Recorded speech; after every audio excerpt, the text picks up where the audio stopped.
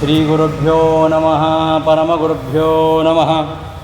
ಶ್ರೀಮದಾನಂದತೀರ್ಥಭಗವತ್ಪಾದಾಚಾರ್ಯಗುರುಭ್ಯೋ ನಮಃ.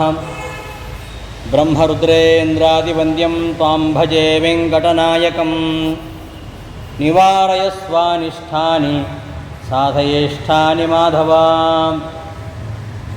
ವ್ಯಾಸಾಯ ಭವನಾಶಾಯ ಶ್ರೀಶಾಯ ಗುಣರಾಶಯೇ ಹೃದ್ಯಾಯ ಶುದ್ಧವಿದ್ಯಾಯ ಮಧ್ವಾಯ ಚ ನಮೋ ನಮಃ. ಅಭ್ರಮಂ ಭಂಗರಹಿತಂ ಅಜಡಂ ವಿಮಲಂ ಸದಾ ಆನಂದತೀರ್ಥಮತುಲಂ ಭಜೆ ತಾಪತ್ರಯಾಪಹಂ. ಶ್ರೀಮತೋ ರಾಘವೇಂದ್ರಸ್ಯ ನಮಾಮಿ ಪದಪಂಕಜೇ ಕಾಮಿತಾಶೇಷಕಲ್ಯಾಣಕಲನಾಕಲ್ಪಪಾದಪೌ. ಅಜ್ಞಾನತಿಮಿರಚ್ಛೇದಂ ಬುದ್ಧಿಸಂಪತ್ಪ್ರದಾಯಕಂ ವಿಜ್ಞಾನವಿಮಲಂ ಶಾಂತಂ ವಿಜಯಾಖ್ಯಗುರುಂ ಭಜೆ. ತಪಸ್ವಾಧ್ಯಾಯ ಶುಶ್ರೂಷಾ ಕೃಷ್ಣಪೂಜಾರತಂ ಮುನಿಂ ವಿಶ್ವೇಶಮಿಷ್ಟದಂ ವಂದೇ ಪರಿವ್ರಾಟ್ ಚಕ್ರವರ್ತಿನಂ. ಶ್ರೀ ಗುರುಭ್ಯೋ ನಮಃ.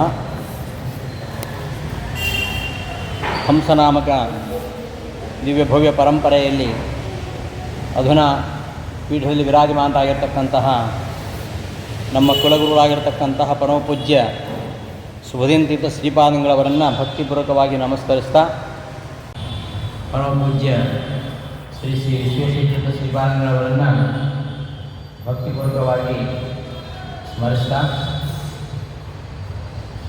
ಕಲಿಯುಗ ಕಾಮಧೇನು ಕಲ್ಪವೃಕ್ಷ ಶ್ರೀ ರಾಘವೇಂದ್ರ ಗುರುಸಾರ್ವಭೌಮರ ಈ ದಿವ್ಯ ಸನ್ನಿಧಾನದಲ್ಲಿ ನೆರೆದಂತಹ ಎಲ್ಲ ಹರಿಗುರು ಭಕ್ತರನ್ನು ವಂದಿಸುತ್ತಾ, ಗುರುಗಳ ಆಜ್ಞೆಯ ಮೇರೆಗೆ ಈ ನವರಾತ್ರಿಯ ಶುಭಾವಸರದಲ್ಲಿ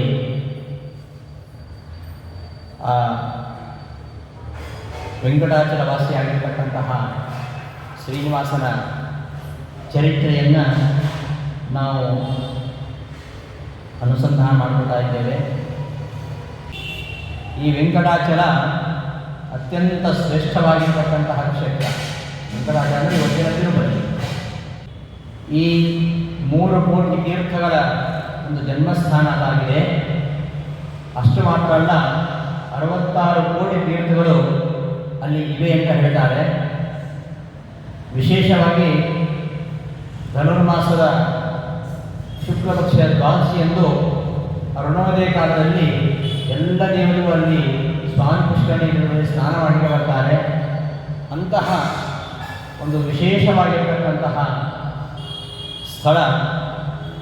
ಅಲ್ಲಿ ಶ್ರೀಹರಿ ಬಂದು ತನ್ನ ವಾಸಸ್ಥಾನವನ್ನು ಹುಡುಕ್ತಾ ಕೊನೆಗೆ ಅಲ್ಲಿಯೇ ಸ್ವಾಮಿ ಪುಷ್ಕರಣಿ ತೀರ್ಥದ ದಕ್ಷಿಣ ಭಾಗದಲ್ಲಿರ್ತಕ್ಕಂತಹ ಒಂದು ಹುಣಸೆ ಮರದ ಬುಡದಲ್ಲಿರ್ತಕ್ಕಂತಹ ಒಂದು ಗುಹೆಯಲ್ಲಿ, ಒಂದು ಹುತ್ತದಲ್ಲಿ ಅದೇ ತನ್ನ ವಾಸಸ್ಥಾನ ಯೋಗ್ಯ ಸ್ಥಳ ಅಂತ ಭಾವಿಸಿ ಅಲ್ಲೇ 10,000 ವರ್ಷ ಕಳೆದ. ಮುಂದೆ ದ್ವಾಪರಯುಗ ಕಳೆದು 28ನೇ ಕಲಿಯುಗ ಆರಂಭವಾಯಿತು. ಅಲ್ಲಿ ಒಬ್ಬ ರಾಜ, ಚೋಳ ರಾಜ, ಅವ ಭರತಖಂಡವನ್ನು ಬಹಳ ಧರ್ಮದಿಂದ ಪಾಲನೆ ಮಾಡ್ತಾ ಇದ್ದ. ಅದೇ ಕಾಲದಲ್ಲಿ ಈ ಶ್ರೀಹರಿಯನ್ನು ಸೇವಿಸಬೇಕು ಅಂತ ಬ್ರಹ್ಮ ಸ್ವಯಂ ಧೇನುರೂಪಿಯಾಗಿ, ರುದ್ರ ಕರುವಾಗಿ ಅಲ್ಲಿ ಬಂದಿದ್ದಾರೆ. ಸಾಕ್ಷಾತ್ ಜಗನ್ಮಾತೆಯಾಗಿರ್ತಕ್ಕಂತಹ ಲಕ್ಷ್ಮೀದೇವಿ ಗೋಪಾಲಿಕೆಯಾಗಿ ಆ ಚೋಳರಾಜನ ಮನೆಗೆ ಬಂದು ಆ ಚೋಳರಾಜನಿಗೆ ತನ್ನ ಹಸು ಮತ್ತು ಕರುಗಳನ್ನು ಮಾರಾಟ ಮಾಡಿ ಹೋಗಿದ್ದಾಳೆ. ಈ ಹಸು ಇತರ ದೇವರುಗಳೊಂದಿಗೆ ಮೇಲಿಕ್ಕೆ ಪ್ರತಿದಿನ ವೆಂಕಟಾಚಲಕ್ಕೆ ಬರ್ತಾ ಇತ್ತು. ಆ ಸ್ವಾಮಿ ಪುಷ್ಕರಣಿ ತೀರ್ಥದ ಹತ್ತಿರದಲ್ಲಿರತಕ್ಕಂತಹ ಆ ಹುತ್ತದಲ್ಲಿ ನಿತ್ಯವೂ ಕೂಡ ಅದು ಕ್ಷೀರಸೇಚನ ಮಾಡ್ತಾ ಇತ್ತು ಹುತ್ತದಲ್ಲಿ. ಹೀಗಿರುವಾಗ ಒಂದು ದಿನವೂ ಕೂಡ ಅದು ಮನೆಯಲ್ಲಿ ಹಾಲನ್ನು ಕೊಡ್ತಾ ಇರಲಿಲ್ಲ. ಹೀಗೆ ಕಾಲ ಕಳೆಯುತ್ತಿರಲು ಆ ರಾಜನ ಮಡದಿ ಗೋಪಾಲಕನನ್ನು ಕರೆದು, ಹೇ ದುಷ್ಟ, ಈ ಹಸುವಿನ ಕ್ಷೀರವನ್ನು ನೀನೇನು ಮಾಡ್ತಾ ಇದ್ದೀಯಾ ಅಂತ ಕೇಳ್ತಾಳೆ. ಆಗ ಗೋಪಾಲಕ ಹೇಳಿದ, ನಾನೇನು ಹಾಲು ಕುಡಿತಾ ಇಲ್ಲ, ನಾನು ಅದರ ಹಾಲನ್ನು ಸ್ವೀಕಾರ ಮಾಡ್ತಾ ಇಲ್ಲ, ಇದೇನು ಅಂತ ವಿಚಾರ ನನಗೆ ಗೊತ್ತಿಲ್ಲ ಅಂತ ಹೇಳ್ತಾನೆ. ಮರುದಿನ ಮಹಾರಾಣಿಯ ನಿರ್ದೇಶನದಂತೆ ಆ ಗೋಪಾಲಕ ಆ ಹಸುವನ್ನೇ ಹಿಂಬಾಲಿಸಿಕೊಂಡು ಹೋಗ್ತಾನೆ.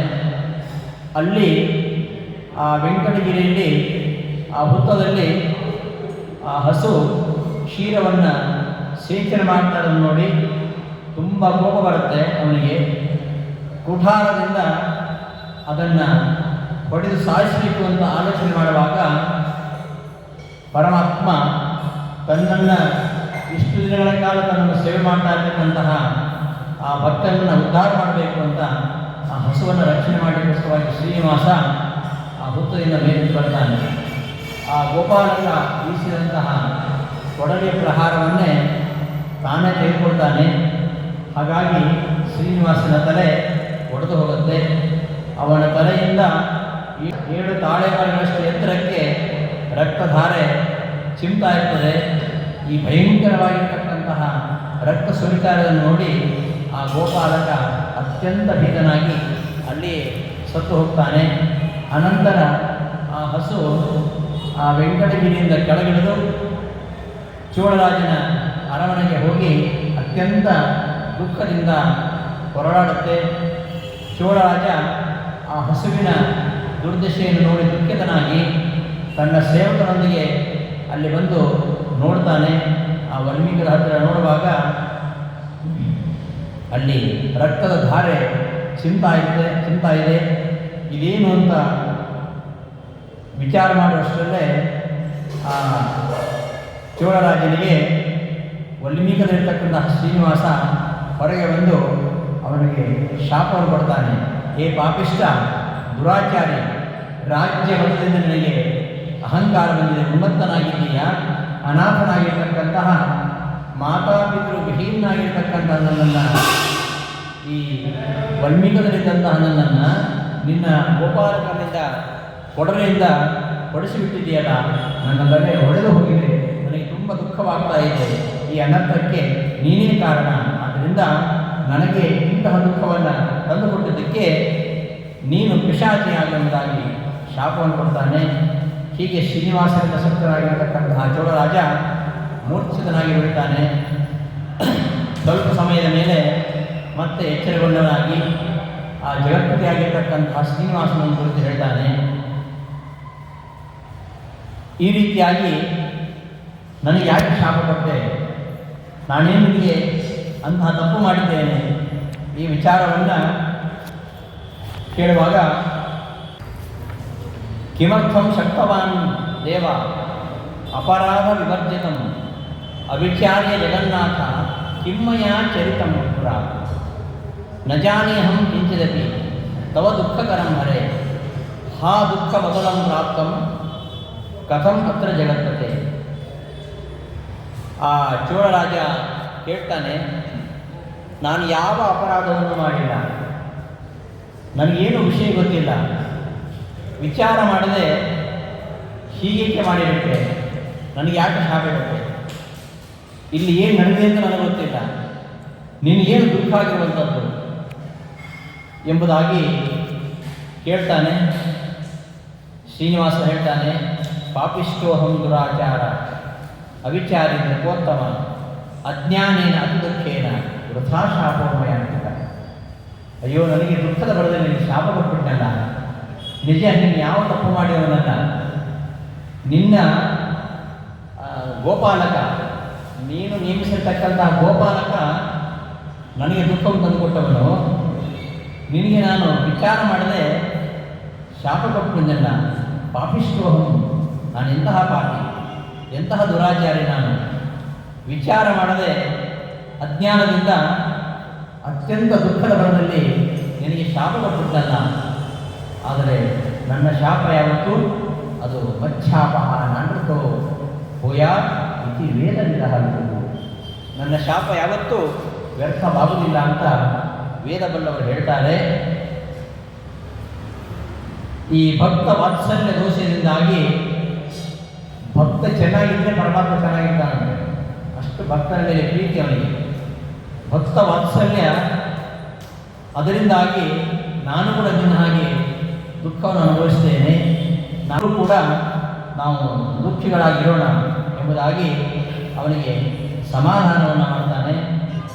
ಮುಂದೆ ಆಕಾಶ ರಾಜ ಎಂಬ ರಾಜ ನನಗೆ ಕನ್ಯೆಯನ್ನು ಕೊಡ್ತಾನೆ, ಪದ್ಮಾವತಿ ಎಂಬ ಕನ್ಯೆಯನ್ನು ನನಗೆ ಕೊಡ್ತಾನೆ. ಕನ್ಯಾದಾನದ ಕಾಲದಲ್ಲಿ ವರದಕ್ಷಿಣೆಯಾಗಿ ನನಗೆ 100 ಮೊಣ ಭಾರ ಇರತಕ್ಕಂತಹ ಕಿರೀಟವನ್ನು ಕೊಡ್ತಾನೆ, ರತ್ನ ವಜ್ರ ಖಚಿತವಾಗಿರ್ತಕ್ಕಂತಹ ಕಿರೀಟವನ್ನು ಕೊಡ್ತಾನೆ. ನಾನು ಶುಕ್ರವಾರ ಆ ಕಿರೀಟವನ್ನು ಧಾರಣ ಮಾಡ್ತೇನೆ. ಆ ಕಿರೀಟವನ್ನು ಧಾರಣ ಮಾಡಿದಾಗ ನನ್ನ ಕಣ್ಣುಗಳಲ್ಲಿ ನೀರು ಬರ್ತದೆ. ಆ ಒಂದು 6 ಗಳಿಗೆ ನೀನು ಸುಖವಾಗಿರ್ತೀಯ, ನನ್ನನ್ನು ನಾನು ಆ ಕಾಲದಲ್ಲಿ ನೀನು ಸುಖವಾಗಿರ್ತೀಯ ಎಂಬುದಾಗಿ ತನ್ನ ಸುಖದ ಕಾಲವನ್ನು ಸೂಚಿಸಿ ಪರಮಾತ್ಮ ಅಲ್ಲಿಯೇ ವಾಸವಾಗಿರ್ತಾನೆ. ಆ ವೆಂಕಟ ಗಿರಿಯನ್ನೇ ತನ್ನ ಮಥುರ ಅಂತ ಭಾವಿಸ್ತಾನೆ, ವಾಲ್ಮೀಕವೇ ದೇವಕಿ ಅಂತ ಭಾವಿಸ್ತಾನೆ, ವಸುದೇವನೇ ತಿಂತ್ರಿ ಅಂತ ಭಾವಿಸ್ತಾನೆ, ಶೇಷಾಚಲ ಪರ್ವತ ಬಲಭದ್ರ ಅಂತ ಭಾವಿಸ್ತಾನೆ, ವೆಂಕಟಾಚಲವನ್ನು ಮಥುರ ಅಂತ ಭಾವಿಸ್ತಾನೆ, ಸ್ವಾಮಿ ಪುಷ್ಕರಣಿ ತೀರ್ಥವನ್ನು ಯಮುನಾ ನದಿ ಅಂತ ಭಾವಿಸ್ತಾನೆ, ಅಲ್ಲಿರ್ತಕ್ಕಂತಹ ಮೃಗಗಳನ್ನೆಲ್ಲ ಯಾದವರು ಅಂತ ಭಾವಿಸ್ತಾನೆ, ಎಲ್ಲ ಪಕ್ಷಿಗಳು ಗೋಪಕನ್ನಿಕೆಯರು ಅಂತ ಭಾವಿಸ್ತಾನೆ. ಹೀಗೆ ಅವ ಕೃಷ್ಣ ರೂಪದಿಂದ ವೆಂಕಟಾಚಲದಲ್ಲಿ ತಿರುಗಿಸ್ತಾ ಇದ್ದಾನೆ. ಇಂತಹ ಒಂದು ವೆಂಕಟಾದ್ರಿಯ ಮಹಾತ್ಮ್ಯ, ಇದನ್ನು ಬ್ರಹ್ಮ ರುದ್ರಾದಿಗಳು ಕೂಡ ತಿಳಿಯುವುದಿಲ್ಲ. ಅಷ್ಟು ಮಹಿಮಾನ್ವಿತವಾಗಿರತಕ್ಕಂತಹ ವೆಂಕಟ ಪರ್ವತ ಅದು ನಮ್ಮಂತಹ ಅಲ್ಪರಿಗೆ ಹೇಗೆ ತಿಳಿಯಲು ಸಾಧ್ಯ? ನನಗೆ ತಿಳಿದಷ್ಟು ವಿಚಾರವನ್ನು ನಿನಗೆ ಹೇಳಿದ್ದೇನೆ ಎಂಬುದಾಗಿ ಶತಾನಂದರು ಜನಕ ಮಹಾರಾಜನಿಗೆ ಹೇಳ್ತಾರೆ. ಇಲ್ಲಿ ಒಂದೆರಡು ಅಂಶಗಳನ್ನು ನಾವು ಆಲೋಚನೆ ಮಾಡಬೇಕು. ಪರಮಾತ್ಮ ಹುತ್ತದಲ್ಲಿ ವಾಸವಾಗಿದ್ದಾನೆ. ಆ ಹುತ್ತವನ್ನು ಅರಸಿಕೊಂಡು ಹಸು ಬಂತು, ಹಸುವಿನೊಂದಿಗೆ ಕರು ಬಂತು. ಈ ಹಸು ಕರುಗಳೆರಡು ಪರಮಾತ್ಮನ ಹುಡುಕ್ತಾ ಬಂದು ಅವರನ್ನು ಕರ್ಕೊಂಡು ಬಂದವಳು ಒಬ್ಬಳು ಗೋಪಾಲಕಿ. ಅವಳು ಬೇರೆ ಯಾರೂ ಅಲ್ಲ, ಅವಳೇ ಲಕ್ಷ್ಮೀದೇವಿ. ಲಕ್ಷ್ಮೀದೇವಿ ಪರಮಾತ್ಮನನ್ನು ಹುಡುಕೊಂಡು ಬಂದಿದ್ದಾಳೆ. ಪರಮಾತ್ಮನನ್ನು ಯಾವಾಗಲೂ ಕಾಣ್ತಾಳೆ ಲಕ್ಷ್ಮೀದೇವಿ, ಹುಡುಕೊಂಡ ಅವಶ್ಯ ಇಲ್ಲ. ಆದರೆ ಪರಮಾತ್ಮನನ್ನು ನಾವು ಹೇಗೆ ಕಾಣಬೇಕು ಎಂಬ ವಿಚಾರವನ್ನು ತಿಳಿಸಲಿಕ್ಕೋಸ್ಕರವಾಗಿ ಬ್ರಹ್ಮ ಹಾಗೂ ಶಿವನನ್ನು ಕರೆದುಕೊಂಡು ಬಂದು, ಹಸು ಮತ್ತು ಕರು ರೂಪದಲ್ಲಿ ಅವರನ್ನು ಕರ್ಕೊಂಡು ಬಂದು ಪರಮಾತ್ಮನ ದರ್ಶನವನ್ನು ಹುತ್ತದಲ್ಲಿ ಮಾಡಿಸಿದ್ದಾನೆ. ಪರಮಾತ್ಮ ಹುತ್ತದಲ್ಲಿದ್ದಾನೆ. ಅಂಥ ಹುತ್ತದಲ್ಲಿರ್ತಕ್ಕಂಥ ಪರಮಾತ್ಮನನ್ನು ನಾವು ಕಾಣಬೇಕು. ಯಾವ ಹುತ್ತ? ನಮ್ಮ ಹೃದಯವೆಂಬ ಹುತ್ತ. ನಮ್ಮ ಹೃದಯವೆಂಬ ಹುತ್ತದಲ್ಲಿ ಆ ಪರಮಾತ್ಮ ಯಾವಾಗಲೂ ಇದ್ದಾನೆ. ಪರಮಾತ್ಮ ಎಲ್ಲಿದ್ದಾನೆ ಅಂತ ನಾವು ಚಿಂತೆ ಮಾಡೋದು ಬೇಡ. ಅವ ಎಲ್ಲೆಡೆ ಇದ್ದಾನೆ, ನಮ್ಮೊಳಗಿದ್ದಾನೆ. ನಮ್ಮೊಳಗೆ ಯಾಕೆ ಕಾಣಿಸ್ತಾ ಇಲ್ಲ ಅಂದರೆ ನಮಗೆ ನಮ್ಮ ಸ್ವರೂಪ ಜ್ಞಾನ ಇಲ್ಲ. ನಮ್ಮ ಸ್ವರೂಪ ಜ್ಞಾನದ ಮೇಲೆ ಸ್ವರೂಪಭೂತವಾಗಿರ್ತಕ್ಕಂತಹ ಏನು ದೇಹ ಇದೆ, ಆ ದೇಹದ ಮೇಲೆ ಲಿಂಗ ದೇಹ ಇದೆ. ಆ ಲಿಂಗ ದೇಹವನ್ನು ಆವರಿಸಿಕೊಂಡು ಅನಿರುದ್ಧ ದೇಹ ಇದೆ. ಅನಿರುದ್ಧ ದೇಹವನ್ನು ಆವರಿಸಿಕೊಂಡು ಭೌತಿಕವಾಗಿರ್ತಕ್ಕಂಥ ಈ ದೇಹ ಇದೆ. ಹಾಗಾಗಿ ನಮಗೆ ಈ ಭೌತಿಕ ದೇಹದ ಸಂಯೋಗವಾಗಿರ್ತಕ್ಕಂತಹ ನಮಗೆ ಅದು ಯಾವುದೂ ಅರಿವಾಗುವುದಿಲ್ಲ. ನಮ್ಮೊಳಗೆ ಇದ್ದಾನೆ ಪರಮಾತ್ಮ, ಹೃದಯವೆಂಬ ಹುತ್ತದಲ್ಲಿದ್ದಾನೆ.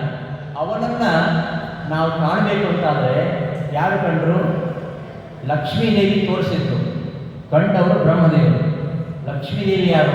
ಲಕ್ಷ್ಮೀದೇವಿಯಿಂದ ಅಭಿಮನ್ಯಮಾನವಾಗಿರತಕ್ಕಂತಹ ವೇದಗಳು. ಪರಮಾತ್ಮನನ್ನು ಲಕ್ಷ್ಮೀದೇವಿ ಬ್ರಹ್ಮನಿಗೆ ತೋರಿಸಿದ ಹಾಗೆ ನಮಗೆ ನಮ್ಮ ಹೃದಯದೊಳಗೆ ಇರತಕ್ಕಂಥ ಪರಮಾತ್ಮನನ್ನು ತೋರಿಸೋರು ಯಾರು ಅಂದರೆ ಆ ಲಕ್ಷ್ಮಿಯಿಂದ ಅಭಿಮನ್ಯವಾಗಿರ್ತಕ್ಕಂತಹ 4 ವೇದಗಳು. ಅಂತಹ ವೇದಗಳನ್ನು ನಾವು ಅಧ್ಯಯನ ಮಾಡ್ತಾ ಇದ್ದರೆ ನಮಗೆ ಆಗ ಆ ಪರಮಾತ್ಮನ ತತ್ವಜ್ಞಾನ ಬರಲಿಕ್ಕೆ ಸಾಧ್ಯ. ನಮ್ಮ ಹೃದಯ ಗುಹೆ, ನಮ್ಮ ಹೃದಯವೆಂಬ ಹುತ್ತದಲ್ಲಿ ಆ ಪರಮಾತ್ಮನನ್ನು ಕಾಣಬೇಕು ಅಂತಾದರೆ ನಾವು ಮೊದಲು ಆಶ್ರಯಿಸಬೇಕಾಗಿರುವಂಥದ್ದು ಬ್ರಹ್ಮರುದ್ರರನ್ನು. ಬ್ರಹ್ಮರುದ್ರರೇ ನಮಗೆ ತೋರಿಸಿದವರು. ಬ್ರಹ್ಮ ಅವ 4 ವೇದಗಳನ್ನು ನಿರಂತರವಾಗಿ ಪಡಿಸ್ತಾ ಇರ್ತಕ್ಕಂಥವನು, ನಮ್ಮೆಲ್ಲರ ಜಗತ್ತಿಗೆ ಗುರು, ಜಗದ್ಗುರು ಅಂತಹ ಬ್ರಹ್ಮ ಹಾಗೂ ನಮ್ಮ ಮನಸ್ಸನ್ನು, ನಮ್ಮ ಮಾತುಗಳನ್ನು ಸದಾ ನಿಯಂತ್ರಣ ಮಾಡತಕ್ಕಂಥವರು ಪಾರ್ವತಿ ಹಾಗೂ ಪರಮೇಶ್ವರ. ಹಾಗಾಗಿ ಅವರ ಮೂಲಕವಾಗಿ, ಅವರ ಅನುಗ್ರಹದಿಂದ, ವೇದಗಳ ಮೂಲಕವಾಗಿ ನಾವು ನಮ್ಮ ಹುತ್ತದಲ್ಲಿರ್ತಕ್ಕಂತಹ ಭಗವಂತನನ್ನು ನಾವು ಕಾಣಬೇಕು. ಈ ಒಂದು ಸಂದೇಶವನ್ನು ನಾವು ಇಲ್ಲಿ ನೋಡಬಹುದಾಗಿದೆ. ನಮ್ಮ ಹೃದಯವೆಂಬ ಗುಹೆಯಲ್ಲಿ ಆ ಪರಮಾತ್ಮ ಯಾವಾಗಲೂ ಇದ್ದಾನೆ. ಅಂತಹ ಶ್ರೀನಿವಾಸನಿಗೆ ಹಸುವು ಹಾಲು ಕೊಡುವುದು ಅಂದ್ರೇನು?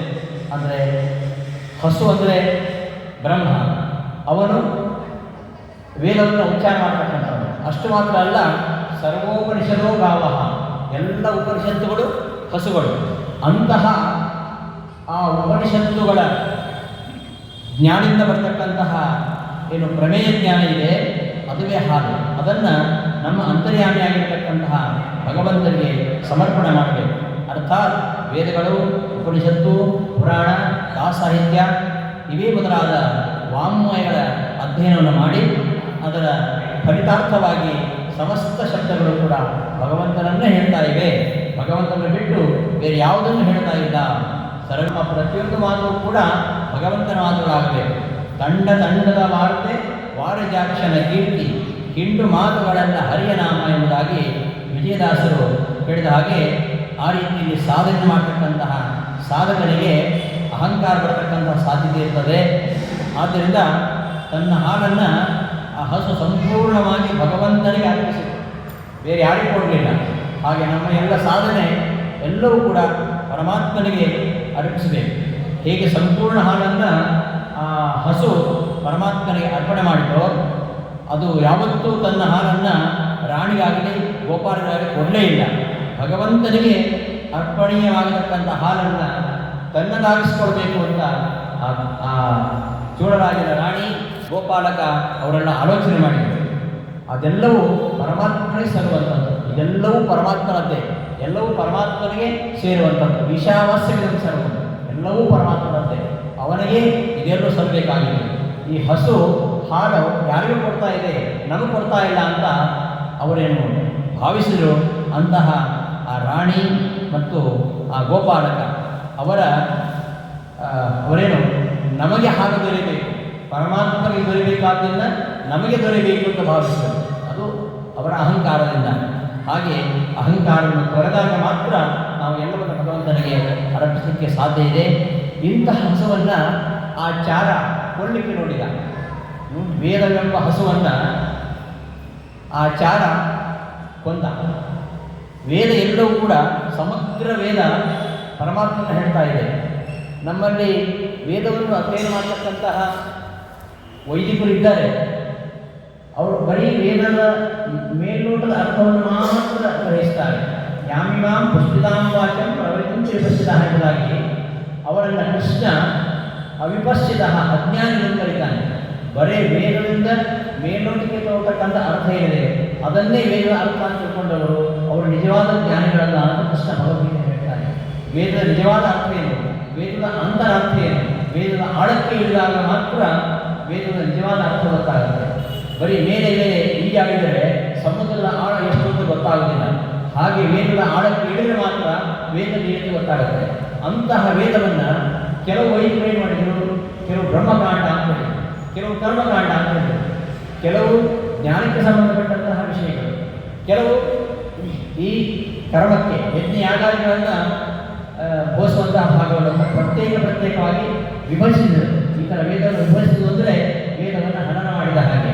ಹೇಗೆ ಆ ಗೋಪಾಲಕ ಹಸುವನ್ನು ಕೊಂದನೋ ಅದೇ ರೀತಿಯಾಗಿ ಅಂತಹ ಹಸುವನ್ನು ಕೊಂದಕ್ಕಂಥವರು ವೇದವನ್ನು ಹಸುವನ್ನು ಕೊಳ್ಳುವುದೇನು, ಅದನ್ನು ಅಪಾರ್ಥಗೊಳಿಸುವಂಥದ್ದು, ಅದನ್ನು ಇದಿಷ್ಟು ಭಾಗ ಬೇರೆ ಇದಿಷ್ಟು ಭಾಗ ಬೇರೆ ಅಂತ ಪ್ರತ್ಯೇಕಿಸುವಂಥದ್ದು, ತುಂಡು ಮಾಡುವಂಥದ್ದು.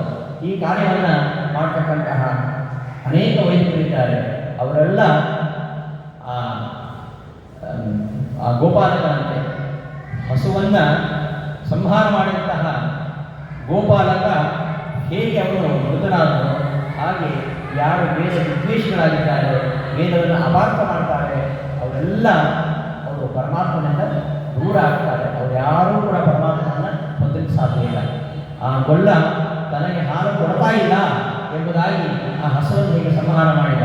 ಹಾಗೆ ಈ ವೇದ ಏನು ಹೇಳ್ತಾ ಇದೆ, ವೇದದ ಪ್ರತಿಯೊಂದು ಸರ್ವೇ ವೇದ ಎತ್ತರನ್ನು ಅವನಂತೆ ಎಲ್ಲವೂ ಕೂಡ ಪ್ರತಿಯೊಂದು ಪದವು ಕೂಡ ವೇದಪಟ್ಟಕ್ಕಂಥ ಪ್ರತಿಯೊಂದು ಪದವು ಪರಮಾತ್ಮನನ್ನ ಹೇಳ್ತಾರೆ. ಆದ್ದರಿಂದ ಅದನ್ನು ವೈದಿಕರು ಅರ್ಥ ಮಾಡಿಕೊಳ್ಳದೆ ಕೆಲವು ಬ್ರಹ್ಮಕಾಂಡ, ಕೆಲವು ಕರ್ಮಕಾಂಡ ಎಂಬುದಾಗಿ ವಿಭಜಿಸುವ ಮೂಲಕವಾಗಿ ವೇದವನ್ನು ಹನನ ಮಾಡಿದರು, ವೇದ ಹತ್ಯೆ ಮಾಡಿದರು. ಅಂಥವರಿಗೆ ಗೋಪಾಲಕನ ಸ್ಥಿತಿ ಅಂದರೆ ಗೋಪಾಲವನು ಶಾಪಗ್ರಸ್ತನಾದ. ಅಂತಹ ಗೋಪಾಲಕ ಅವನಿಗೆ ಆಶ್ರಯ ಕೊಟ್ಟವನು ಚೋಳರಾಜ. ಚೋಳರಾಜ ತಪ್ಪು ಮಾಡಿಲ್ಲ, ತಪ್ಪು ಮಾಡದೇ ಇದ್ದರೂ ತಪ್ಪು ಮಾಡಿದವರಿಗೆ ಆಶ್ರಯ ಕೊಡೋದು ತಪ್ಪೇ. ಆದ್ದರಿಂದ ನಾವೇ ತಪ್ಪು ಮಾಡಿಲ್ಲ ಅಂತ ನಾವು ಆಲೋಚನೆ ಮಾಡ್ತೇವೆ, ನಾನು ಸರಿಯಾಗಿದ್ದೇನಪ್ಪ, ನನ್ನ ಮಕ್ಕಳು ಮಾಡಿ ನಾನೇ ಮಾಡಲಿಕ್ಕಾಗುತ್ತೆ, ಅದು ನಮ್ಮ ತಪ್ಪದು. ಮಕ್ಕಳು ತಪ್ಪು ಮಾಡಿದರೆ ಅದರ ಪಾಪಗಳು ನಾವು ನಡ್ಕೊಳ್ಳೋದು, ಯಾಕೆ ನಾವು ಅವರನ್ನು ಅಲ್ಲಿ ಬೆಳೆಸಲಿಲ್ಲ ಅಂತ. ಹಾಗೆ ಈ ಪ್ರಜೆಗಳ ಪಾಪ ರಾಜನಿಗೆ ಅಂಟತ್ತೆ, ಪ್ರಜೆಗಳು ಮಾಡಿದ ಪಾಪ ರಾಜನಿಗೆ ಅಂಟತ್ತೆ. ಆದ್ದರಿಂದ ರಾಜನಾದವ ಧರ್ಮಿಷ್ಠನಾಗಿರ್ಬೇಕು, ಆಗ ಪ್ರಜೆಗಳೆಲ್ಲ ಧರ್ಮಿಷ್ಠರಾಗ್ತಾರೆ. ರಾಜ್ಯ ಧರ್ಮಿ ಧರ್ಮಿಷ್ಠ ಪಾಪೇ ಪಾಪಪರ. ಆಡಬೇಕಾದವನೇ ಧರ್ಮಭ್ರಷ್ಟನಾದರೆ ಅವನಿಗೆ ಪ್ರಜೆಗಳ ಮೇಲೆ ಏನು ನಿಯಂತ್ರಣ ಇರುತ್ತೆ? ಅವರೆಲ್ಲ ಧರ್ಮಭ್ರಷ್ಟರಾಗ್ತಾರೆ. ಆದ್ದರಿಂದ ಪ್ರಜೆಗಳ ಧರ್ಮಭ್ರಷ್ಟರಾದರೆ ಅದರ ಪಾಪ ಅಂಟಿಕೊಳ್ಳುವಂಥದ್ದು ರಾಜನಿಗೆ. ಹಾಗೆ ಪ್ರಜೆಗಳು ಮಾಡಿದ ಅಪರಾಧ ರಾಜನಿಗೆ, ಮಕ್ಕಳು ಮಾಡಿದ ಅಪರಾಧ ತಂದೆಗೆ. ಎಂಟರಿಂದ ಆ ಶ್ರೀನಿವಾಸ ಹೇಳಿ ಅವನು ಚೋಳರಾಜ, ನಾನೇ ತಪ್ಪು ಮಾಡಿದ್ದೀನಿ, ನನಗೇನು ವಿಷಯ ಗೊತ್ತಿಲ್ಲ, ನನಗೆ ಶಾಪ ಕೊಟ್ಟಿಲ್ಲ ನೀನು. ಹೌದು, ನೀನು ತಪ್ಪು ಮಾಡಿಲ್ಲ, ನೀನು ನಿರಪರಾಧಿ. ಆದರೆ ಅಪರಾಧಿಯಾದವರಿಗೆ ನೀನು ಆಶ್ರಯ ಕೊಟ್ಟಿದ್ದೀಯ. ಹಸುವನ್ನು ಯಾವ ಕಾರಣಕ್ಕೂ ಕೊಡಬಾರ್ದು. ಅದು ಹಾಲು, ಆ ಹುತ್ತದಲ್ಲಿ ಹಾಲು ಸುರಿಸ್ತಾ ಇದ್ದ ಕಾರಣಕ್ಕಲ್ಲ, ಯಾವುದೇ ಕಾರಣಕ್ಕೆ ಹಸುವನ್ನು ಕೊಲ್ಲಬಾರದು. ಅಂಥ ಹಸುವನ್ನು ಕೊಂದಂತಹ ಒಬ್ಬ ಪಾಪಿಗೆ ನೀನು ಆಶ್ರಯ ಕೊಟ್ಟಿದೆಯಲ್ಲ, ಆದ್ದರಿಂದ ನೀನು ಪಾಪಿ ಎಂಬುದಾಗಿ ಅವನಿಗೆ ಶಾಪವನ್ನು ಕೊಡ್ತಾರೆ. ಹೀಗೆ ಪರಬ್ರಹ್ಮ ಪ್ರತಿಪಾದಕವಾಗಿರತಕ್ಕಂತಹ ವೇದ ಉಪನಿಷತ್ತುಗಳನ್ನು ಭಾಗ ಮಾಡಿ ಬ್ರಹ್ಮಕಾಂಡ ಕರ್ಮಕಾಂಡ ಅಂತ ಮಾಡೋದು ಕೂಡ ಹಸುವನ್ನು ಕೊಲ್ಲಲಿಕ್ಕೆ ಪ್ರಯತ್ನ ಮಾಡಿದಂತೆ. ಇದು ಅತ್ಯಂತ ಘೋರವಾಗಿರತಕ್ಕಂಥ ಅಪರಾಧ. ಹೇಗೆ ಆ ಹಸುವಿಗೆ ಗೋಪಾಲಕ ಹೊರಟಾಗ ಆ ಏಟಿನ ಎದ್ದು ಗೋವಿಗೆ ತಾಗಲಿಲ್ಲ. ಹಾಗೆಯೇ ವೇದ ನಿಂದಕರು ಎಷ್ಟು ವೇದ ನಿಂದನೆ ಮಾಡಿದರು, ವೇದಕ್ಕೆ ಏನೂ ಆಗೋದಿಲ್ಲ. ಯಾಕೆಂದರೆ ಆ ಹಸುವನ್ನು ಪರಮಾತ್ಮ ರಕ್ಷಣೆ ಮಾಡಿದ. ತನ್ನನ್ನು ಯಾರು ಭಜಿಸ್ತಾರೋ ಅನನ್ಯಾ ಚಿಂತೆಯಂತೋ ಮಾಂ ಯೇ ಜನಾ ಪರಿಭಾಸತೆ ತೇಷಾಂ ನಿತ್ಯಾಭಿಯುಕ್ತಾನ ಯೋಗಕ್ಷೇಮಂ ಮಹಾಮ್ಯಹಂ. ಒಂದು ದಡ ಶ್ರೀ ತುಳಸಿ ಬಿಂದು ಗಂಗೋದಕ ಪರಮಾತ್ಮನಿಗೆ ಅರ್ಪಣೆ ಮಾಡಿಬಿಟ್ರೆ ಅವರು ಯಾವಾಗಲೂ ನಮ್ಮನ್ನು ಕಾಯ್ತಾನೆ. ಹಾಗಿರುವಾಗ ಈ ಹಸು ದಿನಾಲೂ ಬಂದು ನನಗೆ ಹಾಲು ಸುರಿಸ್ತಾ ಇದೆ. ಇಂಥ ಹಸು ಅನ್ಯಾಯವಾಗಿ ಸತ್ತೋಗ್ತದಲ್ಲ ಅಂತ ಪರಮಾತ್ಮ ತನ್ನ ಭಕ್ತ ಆಗಿರತಕ್ಕಂತಹ ಹಸುವನ್ನು ರಕ್ಷಣೆ ಮಾಡಿಕೋಸ್ಕರವಾಗಿ ಆ ಒಂದು ಕುಠಾರ ಪ್ರಹಾರವನ್ನು ತಾನೇ ತೆಗೆದುಕೊಂಡ. ಹಸುಗೆ ಏನೂ ಆಗಿಲ್ಲ. ಹಾಗೆ ಯಾರೇ ವೈದಿಕರೇ ಆಗಲಿ ಅವೈದಿಕರೇ ಆಗಲಿ ವೇದವನ್ನು ಏನು ಬೇಕಾದರೂ ಅವರು ಎಳೆದಾಡಲಿ, ಅದನ್ನು ಹೇಗೆ ಬೇಕಾದರೂ ಅದನ್ನು ಪ್ರಕ್ಷೇಪಗೊಳಿಸಲಿ, ಅದನ್ನು ವಿಭಾಗ ಮಾಡಲಿ, ಅದನ್ನು ನಿಂದನೆ ಮಾಡಲಿ, ಆದರೆ ವೇದಕ್ಕೆ ಏನೂ ಆಗುವುದಿಲ್ಲ ಎಂಬುದನ್ನು ನಾವು ಈ ಒಂದು ಉದಾಹರಣೆಯಿಂದ ತಿಳ್ಕೊಳ್ಬೇಕು. ಇಂತಹ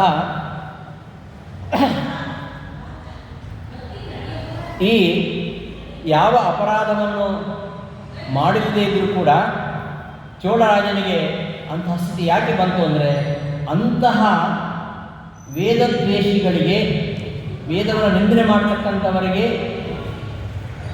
ಆಶ್ರಯ ಕೊಟ್ಟಾದರೂ ಕೂಡ ಅದು ಕೂಡ ಅಪರಾಧವೇ ಆಗುತ್ತೆ.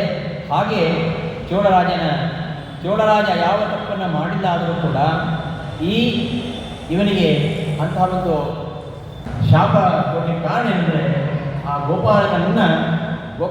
ಗೋಪಾಲನಿಗೆ ಆಶ್ರಯ ಕೊಟ್ಟಿದ್ದೆ ಒಂದು ತಪ್ಪು ಎಂಬ ಅರ್ಥದಲ್ಲಿ ಅಲ್ಲಿ ನಿರೂಪಣೆ ಮಾಡ್ತಾನೆ. ಹೀಗೆ ಈ ಇದೆಲ್ಲ ಪರಮಾತ್ಮನ ವಿಡಂಬನೆ.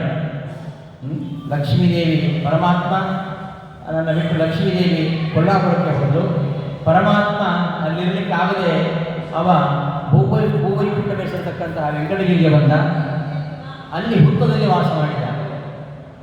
ಇಡೀ ಪ್ರಪಂಚವೇ ಅವನದ್ದು, ಅಲ್ಲಿ ಹುತ್ತದಲ್ಲಿ ವಾಸ ಮಾಡಿದ. ಇಷ್ಟೆಲ್ಲ ಆದಮೇಲೆ ತಲೆಗೆ ಗಾಯ ಆಗಿದೆ, ಅದಕ್ಕೇನಾದರೂ ಉಪಚಾರ ಆಗಬೇಕಲ್ಲ. ತಕ್ಷಣ ಅವ ಬೃಹಸ್ಪತ್ಯಾಚಾರ್ಯರನ್ನು ನೆನಪಿಸಿಕೊಂಡ. ಅವರು ಗುರುಗಳು, ನಮಗೇನೇ ಕಷ್ಟ ಬಂದಾಗ ನಾವು ಗುರುಗಳ ನೆನಪಿಸ್ಕೊಳ್ಬೇಕು. ಅಂತಹ ಗುರುಗಳನ್ನು ನೆನಪಿಸ್ಕೊಳ್ತಾನೆ. ನೆನಪಿಸ್ಕೊಂಡಾಗ ಗುರುಗಳು ಬರ್ತಾರೆ. ಕ್ಷತಕ್ಷಾಂತಿಂ ಸಮಾಕಾಂಕ್ಷನ್ ವೈದ್ಯಶಾಸ್ತ್ರ ವಿಶಾರದಂ ಗುರುಂ ಸುರಪತೀನಾಂ ಚ ಸಸ್ಮಾರ ಜಗದೀಶ್ವರ. ಬೃಹಸ್ಪತ್ಯಾಚಾರ್ಯರನ್ನ ನೆನಪಿಸ್ಕೊಂಡ. ಬೃಹಸ್ಪತ್ಯಾಚಾರ್ಯ ಬಂದರು, ಔಷಧವನ್ನು ಹೇಳು ಅಂತ ಹೇಳಿದ. ಕೂಡಲೇ ಬೃಹಸ್ಪತ್ಯಾಚಾರ್ಯರು ಅವನ ಗಾಯಕ್ಕೆ ಔಷಧೋಪಚಾರವನ್ನು ಮಾಡಿದ್ದಾರೆ. ಒಮ್ಮೆ ವೆಂಕಟೇಶ ಔಷಧಿಗೋಸ್ಕರವಾಗಿ ಹೀಗೆ ಅರುಣೋದಯ ಕಾಲದಲ್ಲಿ ಸುತ್ತಾಡ್ತಾ ಇದ್ದಂತೆ. ಅಷ್ಟೊತ್ತಿಗೆ ಯಾರು ಈ ಮನುಷ್ಯ? ಅಲ್ಲೆಲ್ಲ ಬರೀ ಪಶು ಪ್ರಾಣಿಗಳೇ ಇರುವುದು, ಮನುಷ್ಯರನ್ನೇ ಯಾರು ನೋಡಿಲ್ಲ. ಅಲ್ಲಿ ಯಾವಾಗ ಇವನು ವೃತ್ತದಿಂದ ಹೊರಗೆ ಬಂದು ಅಡ್ಡಾಡಿ ಶುರು ಮಾಡಿದ, ಆಗ ಅಲ್ಲಿರ್ತಕ್ಕಂತಹ ಎಲ್ಲ ಸೂಕರಗಳು, ಹಂದಿಗಳು ಯಾರು ನೀನು ಅಂತ ಕೇಳಲಿಕ್ಕೆ ಶುರು ಮಾಡಿದ. ಅದನ್ನು ನೋಡಿ ಪರಮಾತ್ಮ ಮತ್ತೆ ಹೋಗಿ ಆ ಹುತ್ತದಲ್ಲಿ ಬಚ್ಚಿಕೊಂಡ್ಬಿಟ್ಟಂತೆ. ಅದಾದಮೇಲೆ ಈ ವರಾಹ ಬರ್ತಾನೆ. ವರಾಹ ಬಂದು ಆ ಹುತ್ತಲಿರ್ತಕ್ಕಂತಹ ಶ್ರೀನಿವಾಸನನ್ನು ನೋಡ್ತಾನೆ. ವೈಕುಂಠ ಬಂದಿರತಕ್ಕಂತಹ ಶ್ರೀನಿವಾಸ, ಇಲ್ಲಿರ್ತಕ್ಕಂಥ ವರಾಹ, ಎರಡೂ ಪರಮಾತ್ಮನ ರೂಪಗಳು. ಇಬ್ಬರು ಬೇರೆ ಬೇರೆ ಅಂದ್ಕೊಂಡ್ರೆ ಮಹಾ ಅನರ್ಥ. ಇದೆಲ್ಲ ಪರಮಾತ್ಮನ ಅವತಾರ ಲೀಲೆ. ಇದೆಲ್ಲ ಅಸುರ ಮೋಹನಕ್ಕೋಸ್ಕರವಾಗಿ. ವರಾಹನೇ ಬೇರೆ, ಶ್ರೀನಿವಾಸನೇ ಬೇರೆ ಅಂತ ತಿಳ್ಕೊಳ್ಬೇಕು. ಪರಶುರಾಮನೇ ಬೇರೆ, ರಾಮನ ಬೇರೆ ತಿಳ್ಕೊಳ್ಳಿಲ್ಲ. ಹಾಗೆ ಪರಮಾತ್ಮನ ಯಾವ ಅವತಾರಗಳಿಗೂ ಭೇದ ಇಲ್ಲ. ಪರಮಾತ್ಮನ ರೂಪಗಳಿಗೆ, ಪರಮಾತ್ಮನ ಅನಂತ ರೂಪಗಳು, ಪರಮಾತ್ಮನ ಅನಂತ ರೂಪಗಳಿಗೆ, ಪರಮಾತ್ಮನ ಅವತಾರ ರೂಪಗಳಿಗೆ ಯಾವುದೇ ಭೇದ ಇಲ್ಲ. ಅಂತಹ ವರಾಹವದನ್ನಾಗಿರ್ತಕ್ಕಂತಹ ಪರಮಾತ್ಮ ವೈಕುಂಠದಿಂದ ಬಂದಿರತಕ್ಕಂತಹ ಈ ಶ್ರೀನಿವಾಸನನ್ನು ಮಾತಾಡಿಸ್ತಾನೆ. ಆಗ ಅವನೆಲ್ಲ ತನ್ನ ಕಷ್ಟ ಹೇಳ್ಕೊಡ್ತಾನೆ. ನಾನು ವೈಕುಂಠದಲ್ಲಿದ್ದಾಗ ಭೃಗು ಮಹರ್ಷಿ ಬಂದ, ನನ್ನ ಎದೆಗೆ ಒದ್ದ. ಆಗ ನನ್ನ ವಕ್ಷಸ್ಥಳ, ಅದು ಲಕ್ಷ್ಮಿಯ ವಾಸಸ್ಥಾನ, ಅದಕ್ಕೆ ಒದ್ದರಿಂದಾಗಿ ಮಹಾಲಕ್ಷ್ಮಿ ಪ್ರೇಮ ತರಹ ಮಾಡಿಕೊಂಡು ನನ್ನನ್ನು ಬಿಟ್ಟು ಕೊಲ್ಲಾಪುರಕ್ಕೆ ಹೋದಳು. ನಾನು ಅಲ್ಲಿರಲಿಕ್ಕಾಗದೆ ಇಲ್ಲಿ ಬಂದು ವಾಸವಾಗಿದ್ದೇನೆ. ಇಲ್ಲೇನೋ ನಾನು ಚೆನ್ನಾಗಿದ್ದೆ, ಆದರೆ ಇಲ್ಲಿದ್ದಾಗ ಆ ಚೋಳರಾಜನ ಗೋಪಾಲಕನವ ಬಂದು ನನ್ನ ತಲೆ ಮೇಲೆ ಕುಠಾರ ಪ್ರಹಾರ ಮಾಡಿ ನನ್ನ ತಲೆ ಒಡೆದು ಬಿಟ್ಟಿದ್ದಾನೆ ಅಂತೆಲ್ಲ ಆ ವಿಚಾರವನ್ನೆಲ್ಲ ಹೇಳಿ ಆ ತಲೆಗೆ ಆಗಿರ್ತಕ್ಕಂತಹ ಗಾಯವನ್ನು ಪರಿಹಾರ ಮಾಡಿಕೊಳ್ಳೋಕ್ಕೋಸ್ಕರವಾಗಿ ನಾನು ಇಲ್ಲಿಗೆ ಬಂದಿದ್ದೇನೆ ಎಂಬುದಾಗಿ ಹೇಳ್ತಾನೆ. ಹೀಗೆ ಅವರಿಬ್ಬರು ಪರಸ್ಪರ ಮಾತಾಡ್ತಾರೆ. ಪರಮಾತ್ಮನಿಗೆ ಆ ಹುತ್ತದಿಂದ ಸಾಕಾಯಿತು, ಇನ್ನೂ ಸ್ವಲ್ಪ ತಿರುಗಬೇಕು ಅಂತಾಯಿತು, ನನಗೆ ಸ್ವಲ್ಪ ಜಾಗ ಬೇಕು ಅಂತಾಯಿತು. ಅವ ಮನಸ್ಸು ಮಾಡಿದರೆ ಬಲಿಚಕ್ರವರ್ತಿ ಎಷ್ಟು ಜಾಗ ಕೊಟ್ಟ? ಇಡೀ ಬ್ರಹ್ಮಾಂಡವನ್ನೇ ತನ್ನ ಮೂರು ಪಾದಿಂದ ಆಡಿದವನು ಪರಮಾತ್ಮ. ಹಾಗಾಗಿ ನನಗೆ ಜಾಗ ಬೇಕು ಅಂತ ಹೇಳ್ತಾನೆ. ಔಷಧಿಗೋಸ್ಕರವಾಗಿ ಇಲ್ಲಿ ತಿರುಗಾಡ್ತಾ ಇದ್ದೆ, ಹೀಗೆಲ್ಲ ಆಯಿತು, ಈ ಗಾಯ ಸಂಬಳಕ್ಕೋಸ್ಕರ ನಾನು ಬಂದಿದ್ದೇನೆ, ನನಗೆ ವಾಸ ಮಾಡಲಿಕ್ಕೆ ಸ್ವಲ್ಪ ಜಾಗ ಬೇಕು ಅಂತ ಕೇಳ್ತಾನೆ. ಆಗ ಪರಮಾತ್ಮ, ವರಾಹರೂಪಿಯಾಗಿರ್ತಕ್ಕಂಥ ಪರಮಾತ್ಮ ಈ ಬಕುಲಾದೇವಿ ಅನ್ನೋಳನ್ನು ನೇಮಿಸ್ತಾನೆ. ಅವನ ಉಪಚಾರಕ್ಕೋಸ್ಕರವಾಗಿ ಬಕುಳಾ ಮಾತೆ ನೇಮಿಸ್ತಾನೆ. ಆ ಬಕುಳಾ ಮಾಲಿಕೆ ಯಾರು? ಆ ಬಕುಳಾ ಮಾಲಿಕೆ ಯಾರು ಅಂತ ಆ ವಿಚಾರ ಪುರಾಣದಲ್ಲಿ ಬರ್ತದೆ. ಈ ಬಕುಲಾದೇವಿ ಹಿಂದೆ ಯಶೋದೆಯಾಗಿದ್ದವಳು, ಯಶೋದಾದೇವಿ. ಆ ಯಶೋದಾದೇವಿ ಕೃಷ್ಣನ ಎಲ್ಲ ಬಾಲ್ಯಲೀಲೆಯನ್ನು ನೋಡ್ತಾಳೆ. ಕೊನೆಗೆ ಬಾಲ್ಯಗಳ ಮೇಲೆ ಕೃಷ್ಣ ಅಲ್ಲಿಂದ ಹೊರಟು ಬಂದ್ಬಿಡ್ತಾನೆ. ಅವನ ವಿವಾಹ ಮಹೋತ್ಸವವನ್ನು ಅವಳಿಗೆ ನೋಡಲಿಕ್ಕೆ ಆಗೋದಿಲ್ಲ. ಹಾಗಾಗಿ ಅವಳಿಗೆ ಪರಮಾತ್ಮನ ಒಂದು ವಿವಾಹ ಮಹೋತ್ಸವ ನೋಡಬೇಕು ಅಂತ ಆಸೆ. ಆಗ ಈ ಯಶೋದಾದೇವಿ ಅವಳು ನಿಜವಾಗಿ ಯಾರು ಅಂದರೆ ದ್ರೋಣ ಎಂಬ ವಸು, ಅಷ್ಟವಸುಗಳಲ್ಲಿ ದ್ರೋಣ ಎಂಬ ವಸು. ಆ ದ್ರೋಣ ಎಂಬ ವಸು ಅವನ ಹೆಂಡತಿ ಧರ ಅಂತ. ಆ ಧರಾಗೆ ಎರಡು ರೂಪಗಳು, ಒಂದು ಯಶೋಧ, ಒಂದು ಬಕುಲ ಅಂತ. ಹಾಗೆ ಎರಡು ರೂಪಗಳು.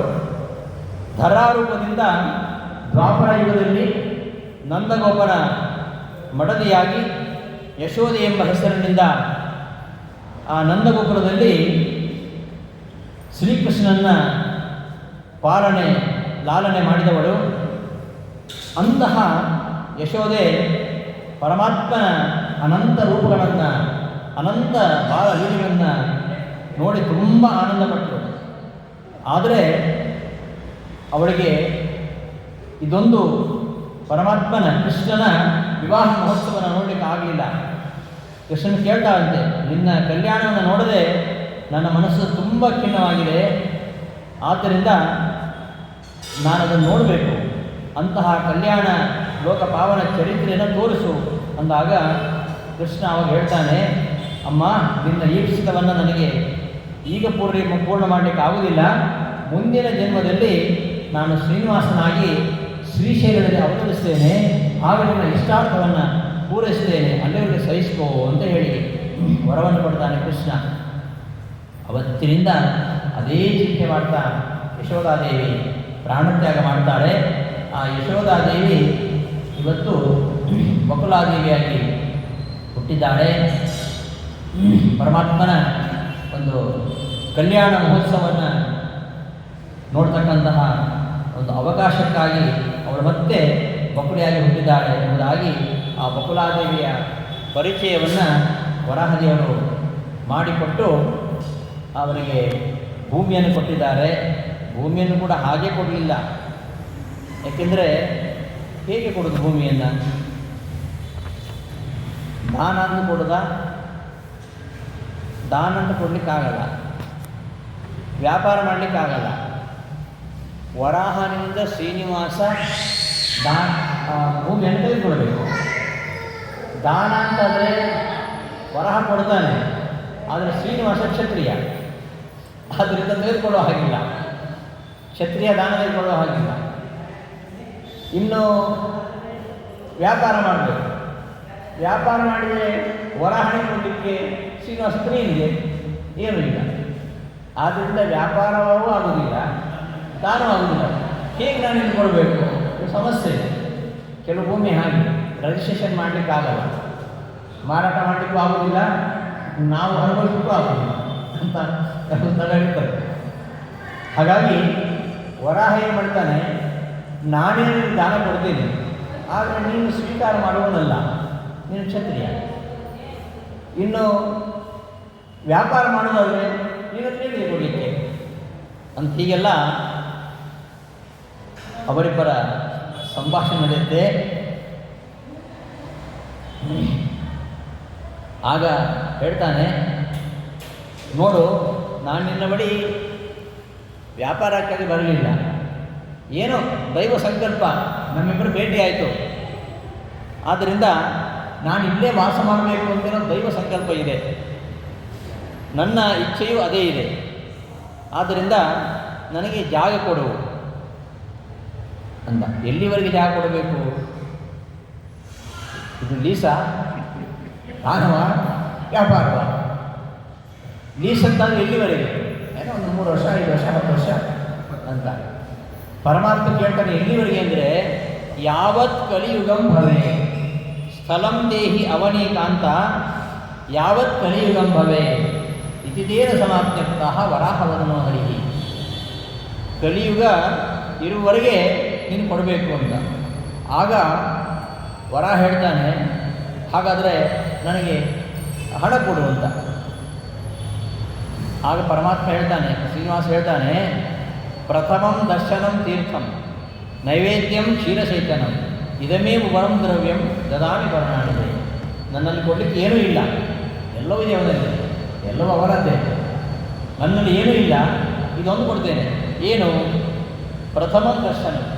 ಯಾರೇ ನನ್ನ ದರ್ಶನಕ್ಕೆ ಬರಲಿ, ಮೊದಲು ನಿನ್ನ ದರ್ಶನ, ನಿನ್ನ ತೀರ್ಥ, ನಿನ್ನ ನೈವೇದ್ಯ, ನಿನ್ನ ಕ್ಷೀರಾಭಿಷೇಕ ಮಾಡಿ ನನ್ನ ದರ್ಶನಕ್ಕೆ ಬರಲಿ. ಇದೇ ನಾನು ಕೊಡತಕ್ಕಂತಹ ನಿನಗೆ ಸಂಪತ್ತು, ದುಡ್ಡು ಅಂತ. ಇದನ್ನು ಅಂಗೀಕಾರ ಮಾಡಬೇಕು, ನನ್ನ ಮೇಲೆ ಕೃಪೆ ತೋರಬೇಕು. ಹೇ ದಯಾನಿಧೆ, ವರಂ ದ್ರವ್ಯಮಿದಂ ತಾತ ಕೃಪಾಂ ಕುರು ದಯಾನಿಧೆ ಇತ್ಯುಕ್ತೋ ಹರಿಣ ಕ್ರೋಢ ಹರೆಯ ಸ್ಥಾನಕಾಂಕ್ಷಣೆ ತದಾ ದದೋ ಹರಿಹಿ ಪಾದಶತ ಮಾತ್ರ ರಮಾಪದೇ. ಅಷ್ಟು ಕೊಡುವಂಥ ಬಹಳ ದಯನೀಯವಾಗಿ ಕೇಳಿಕೊಂಡ, ಕೃಪೆ ಮಾಡಿ ಕೊಡಬೇಕು ಅಂತ ಹೇಳಿದ. ಸರಿ, ಕೊಟ್ಟ. ಎಷ್ಟು ಕೊಟ್ಟ? ಪಾದಶತ ಮಾತ್ರ. ಹೆಚ್ಚು ಕೊಡಲಿಕ್ಕಾಗಲ್ಲ ನಿಮಗೆ. ಎಷ್ಟು? 100 ಅಡಿ ಜಾಗ ಅಷ್ಟೇ. 100 ಅಡಿ ಜಾಗ ಕೊಡ್ತೇನೆ ಅಂತ. ಅಂತೂ ಹೀಗೆ ಪರಸ್ಪರ ವಿನೋದವಾಡ್ತಾ ಅವರಿಬ್ಬರು ಅಭಕ್ತರನ್ನು ಮೋಹನ ಮಾಡಲಿಕ್ಕೋಸ್ಕರವಾಗಿ, ಮೋಹನಾರ್ಥಂ ಭಕ್ತಾನಾಂ ಭಕ್ತಾನಾಂ ಭಕ್ತಿಸಿದ್ಧಯೇ ಏವಂ ಕ್ರೀಡತೆಯೇ ದತ್ತ ವೆಂಕಟೇಶ್ವರ. ಪರಮಾತ್ಮ ತಾನೊಬ್ಬರೇ ಆಗಿದ್ದರೂ ಕೂಡ 2 ರೂಪಗಳಿಂದ, ವರಾಹ ರೂಪ, ಶ್ರೀನಿವಾಸ ರೂಪಗಳಿಂದ ಅಭಕ್ತರ ಮೋಹನಕ್ಕೋಸ್ಕರವಾಗಿ, ಭಕ್ತರೆಲ್ಲವರನ್ನು ಮೋಹಗೊಳಿಸೋಕ್ಕೋಸ್ಕರವಾಗಿ, ಭಕ್ತರಲ್ಲಿ ಇನ್ನೂ ಭಕ್ತಿಯನ್ನು ಹೆಚ್ಚಿಸಬೇಕೆಂಬ ಕಾರಣಕ್ಕೆ ಪರಮಾತ್ಮ ಈ ತರಹ ಒಂದು ಕ್ರೀಡೆಯಾಡ್ತಾ ಆ ವೆಂಕಟಾಚಲದಲ್ಲಿ ಕಾಲ ಕಳೀತಾ ಇದ್ದ. ಅಂದಿನಿಂದ ಆರಂಭಿಸಿ ಬಕುಲಾದೇವಿ ಅವಳು ಅಡುಗೆಯನ್ನು ಮಾಡಿ ಪರಮಾತ್ಮನಿಗೆ ಸೇವಾರೂಪವಾಗಿ ಸಮರ್ಪಿಸ್ತಾ ಇದ್ದರು. ಅವನಿಗೆ ಊಟಕ್ಕೆ ಏನು ಬೇಕು ಅದೆಲ್ಲ ಮಾಡ್ತಾ ಇದ್ದರು. ಹೀಗೆ ಅನ್ನಪಾನ, ಔಷಧ ಇವುಗಳಿಂದ ಪಾದ ಸಂವಹನಾದಿಗಳನ್ನು ಮಾಡ್ತಾ ಆ ಗೋವಿಂದನನ್ನು ಪೂಜಿಸ್ತಾ ಇದ್ದರು ಆ ಬಕುಲಾದೇವಿ. ಹೀಗೆ ವರಾಹ ದರ್ಶನ ಆಯಿತು.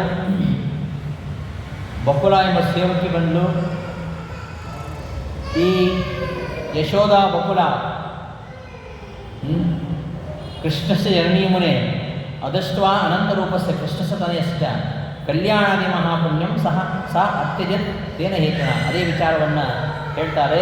ಹಿಂದಿನ ದಿನದಲ್ಲಿ ತಾನು ನೋಡದಿರ್ತಕ್ಕಂತಹ ಕಲ್ಯಾಣವನ್ನು ನೋಡಲಿಕ್ಕೋಸ್ಕರವಾಗಿ ಆ ಯಶೋಧಾದೇವಿ ಜನ್ಮನ್ಯನಂತರೇ ದೇವಿ ತಾವಕೀರಂ ಮನೋರಥಂ ಶ್ರೀಶೈಲೇ ಪೂರಯಿಷ್ಯಾಮಿ ಕಿಂಚಿತ್ ಕಾಲದ ನಂತರಂ ಎಂಬುದಾಗಿ ಪರಮಾತ್ಮ ಹಿಂದಿನಲ್ಲಿ ಮಾತು ಕೊಟ್ಟಂತೆ ಆ ಬಕುಲಾದೇವಿ ಯಶೋದೆಯ ಬಕುಲಾದೇವಿಯಾಗಿ ಹುಟ್ಟಿ ಶ್ರೀನಿವಾಸನ ಸೇವೆಯನ್ನು ಮಾಡ್ತಾ ಇದ್ದಾಳೆ. ಅವಳೊಂದಿಗೆ ಪರಮಾತ್ಮ ಆ ಶೇಷಾಚಲದಲ್ಲಿ ಈ ತರಹ ಕ್ರೀಡಿಸ್ತಾ ಇದ್ದಾನೆ. ಇಂತಹ ಕೋನು ವರ್ಣೇನ ಹರೇ ಕ್ರೀಡಾಂ ವಿಚಿತ್ರಾಂ ಜನಪಾವನಿ ನಿತ್ಯ ಶುದ್ಧಸ್ಯ ವೈ ವಿಷ್ಣೋ ಕಿಮನ್ಯಸ್ಯ ನಿವೇದನೆ ಕೃತೆ ಪುಣ್ಯಂ ಋಷೀಣಾಂ ಚ ಅಕೃತೆ ದೋಷಸಂಗ್ರಹ ತಸ್ಮಾತ್ ಪೂಜ್ಯ ಸುರೈರ್ಯಜ್ಞೈಃ ಋಷಿಭಿಶ್ಚ ತತ್ವಕೋವಿದೈಃ ಪಿತೃಭಿಃ ಭೂಮಿಕೈಃ ವಿಪ್ರೈಃ ಮಾಗಧೈಃ ರಾಕ್ಷಸೈಃ ಜಡೈಃ ಈ ರೀತಿಯಾಗಿ ಕಲಿಯುಗದಲ್ಲಿ ಕಲುಷಚಿತ್ತರ, ನಾವೆಲ್ಲ ಕಲುಷಚಿತ್ತರು. ನಮ್ಮ ಮನಸ್ಸು ನಾನಾ ಸಾಂಸಾರಿಕವಾದ ಜಂಜರಗಳಿಂದ ತುಂಬ ಕಲುಷಿತವಾಗಿದೆ. ಏನೋ ಸ್ವಲ್ಪ ಕಾಲ ಭಗವಂತನ ಸ್ಮರಣೆ ಮಾಡ್ತೇವೆ, ಏನೋ ಒಂದೆರಡು ಮಾತುಗಳನ್ನು ಕೇಳ್ತೇವೆ, ಮತ್ತೆ ಮತ್ತೆ ನಮ್ಮ ಸಾಂಸಾರಿಕ ಜಂಜಾಟಗಳನ್ನು ಹುಡುಕ್ತೇವೆ. ನಮ್ಮ ಮನಸ್ಸು ಸಾಂಸಾರಿಕ ವಿಷಯಗಳಲ್ಲಿ ಕಲುಷಿತವಾಗಿಬಿಟ್ಟಿದೆ. ಅಂತಹ ಕಲವು ಕಲುಷಚಿತ್ತಾನಾಂ ಪಾಪಾಚಾರ ಪರಾತ್ಮನಾಂ, ಯಾವಾಗಲೂ ಪಾಪಾಚಾರವನ್ನೇ ಮಾಡುವುದಕ್ಕೆ ನಾವು ತತ್ಪರರಾಗಿದ್ದೇವೆ. ಇಂತಹ ನಮ್ಮನ್ನು ರಕ್ಷಣೆ ಮಾಡಿಕೋಸ್ಕರವಾಗಿ ಪರಮಾತ್ಮ ಪ್ರಾಕೃತ ಪುರುಷನಂತೆ, ನಮ್ಮಂತೆ ಪ್ರಾಕೃತ ಪುರುಷನಂತೆ ಅವ ನಟನೆ ಮಾಡ್ತಾ ಇದ್ದಾನೆ. ಅಂತಹ ಪರಮಾತ್ಮನ ಒಂದು ಕ್ರೀಡಾ ಕ್ಷೇತ್ರವಾಗಿರತಕ್ಕಂತಹ ವೆಂಕಟಾಚಲ ಕ್ಷೇತ್ರದ ಮಹಿಮೆ ಎಷ್ಟು ದಿವ್ಯವಾಗಿರುವಂಥದ್ದು, ಈ ತೀರ್ಥದ ವೈಭವ ಎಂಥದ್ದು, ಎಲ್ಲ ಸಾಕ್ಷಾತ್ ಪರಮಾತ್ಮನೇ ಅಲ್ಲಿ ನೆಲೆಸಿದ್ದಾನೆ. ಹೀಗಿರುವಾಗ ಇಂತಹ ಕ್ಷೇತ್ರವನ್ನು ದರ್ಶನ ಮಾಡಬೇಕಂತಾದರೆ ಅಷ್ಟು ಸುಲಭವಾಗಿ ಆಗೋದಿಲ್ಲ. ಬಹುಜನ್ಮಾರ್ಜಿತೈ ಪುಣ್ಯೈ ಲಭ್ಯತೆ ಕ್ಷೇತ್ರ ದರ್ಶನ. ಇಂತಹ ಕ್ಷೇತ್ರ ದರ್ಶನ ಮಾಡಬೇಕಾದ್ರೆ ತುಂಬ ಪುಣ್ಯ ಮಾಡಿರಬೇಕು. ನಾವು ಅಂದ್ಕೊಂಡ್ರೆ ಕೂಡಲೇ ಹೋಗಲಿಕ್ಕೆ ಆಗೋದಿಲ್ಲ. ಅದು ಬಹುಜನ್ಮಗಳ ಒಂದು ಪುಣ್ಯದ ಫಲವಾಗಿ ಆ ಕ್ಷೇತ್ರ ದರ್ಶನ ಆಗುವಂಥದ್ದು. ಅದರಲ್ಲಿಯೂ ಆ ವೆಂಕಟಗಿರಿಯ ದರ್ಶನ ಅದು ಮುಕ್ತಿಯನ್ನೇ ಕೊಡುವಂಥದ್ದು. ದುರ್ಲಭಂ ದೇವಸಂಘಾನ ಮನುಷ್ಯಾಣ ಕಾಕಥ. ಅದು ವೆಂಕಟಗಿರಿಯ ದರ್ಶನ ನಮಗಲ್ಲ, ದೇವತೆಗಳಿಗೆ ದುರ್ಲಭ. ಹಾಗಿರುವಾಗ ಮನುಷ್ಯಾಣ ಕಾಕಥ, ನಮ್ಮಂತಹ ಮನುಷ್ಯರ ಕಥೆಯೇನು? ಅಂತಹ ಆ ವೆಂಕಟಗಿರಿಯ ದರ್ಶನ ಮಾಡೋದು ಅದು ಅನೇಕ ಜನ್ಮಗಳ ಪುಣ್ಯದಿಂದಾಗಿ ನಮಗೆ ಬರುವಂಥದ್ದು. ಆ ವೆಂಕಟಗಿರಿಯ ದರ್ಶನ, ಸೇವನ ಅದೆಲ್ಲ ದೇವತೆಗಳಿಗೂ ದುರ್ಲಭ ಆಗಿರಬೇಕಾದ್ರೆ ಮನುಷ್ಯರಿಗೆ ದುರ್ಲಭ ಏನು ಹೇಳೋದು ಎಂಬ ಅಂಶವನ್ನು ಶತಾನಂದ ಮಹರ್ಷಿಗಳು ಜನಕರಾಜನ ಕುರಿತು ಹೇಳ್ತಾರೆ. ಆ ವಿಚಾರವನ್ನೇ ಸೂತ ಮಹರ್ಷಿಗಳು ಶೌನಕಾದಿ ವಿಪ್ರರಿಗೆ ನಿರೂಪಣೆ ಮಾಡ್ತಾರೆ ಅನ್ನೋದಿಗೆ ವೆಂಕಟೇಶ ಮಹಾತ್ಮ್ಯದ ಭವಿಷ್ಯೋತ್ತರ ಪುರಾಣದ ವೆಂಕಟಗಿರಿ ಮಹಾತ್ಮ್ಯದ ಈ ಒಂದು ಜಗತ್ತನ್ನೇ ಮೋಹಗೊಳಿಸ್ತಕ್ಕಂತಹ ವರಾಹ ಶ್ರೀನಿವಾಸ ಇವರ ಲೀಲಾವರ್ಣನ ಹಾಗೂ ಬಕುಳಾದೇವಿಯ ಶ್ರೀನಿವಾಸನ ಕೈಂಕರ್ಯ ವರ್ಣನ ಇದರ ವಿಚಾರದೊಂದಿಗೆ 5ನೇ ಅಧ್ಯಾಯ ಸಮಾಪ್ತಿ ಆಗ್ತಾ ಇದೆ. ಈ 5ನೇ ಅಧ್ಯಾಯದ ಸಮಾಪ್ತಿಯೊಂದಿಗೆ ಇಂದಿನ ಉಪನ್ಯಾಸವನ್ನು ಸಮಾಪ್ತಿಗೊಳಿಸ್ತೇನೆ. ಶ್ರೀಕೃಷ್ಣ ಅರ್ಪಣಮಸ್ತು. ಧನ್ಯವಾದಗಳು.